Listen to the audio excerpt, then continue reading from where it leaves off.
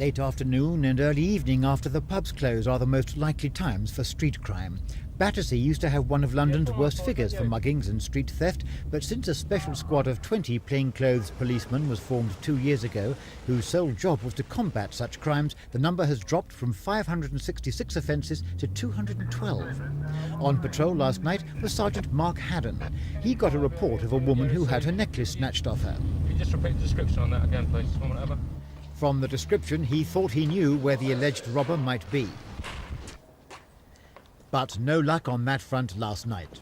Battersea police, though, are sure that it's the local knowledge of possible suspects by policemen like Sergeant Haddon and his colleagues that have kept street crime down. What makes you say to yourself, yeah, he looks a bit dodgy to me? Well, I think the clothing. They've got expensive clothes on.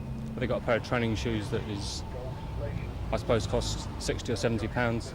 An expensive pair of jeans or an expensive top. Then you have to ask yourself, how can they afford that? But wouldn't an extra squad of 20 policemen dressed in uniform and visibly patrolling the streets have been even more effective in controlling street crime? No, I think that street crime is a particular crime committed by a particular number of criminals. It requires a specialist approach. That's the first thing. I think the second thing is that one of our tactics is actually target and surveillance of known offenders. And of course that can only be done by officers in plain clothes. Why? Because one of the elements of that, of course, is not to let the suspect know that we're actually looking at him in particular. So of course it can only be done in plain clothes by officers that are not immediately identifiable as police officers. And tonight, as every night, units of the 20-man squad will be patrolling Battersea streets yet again.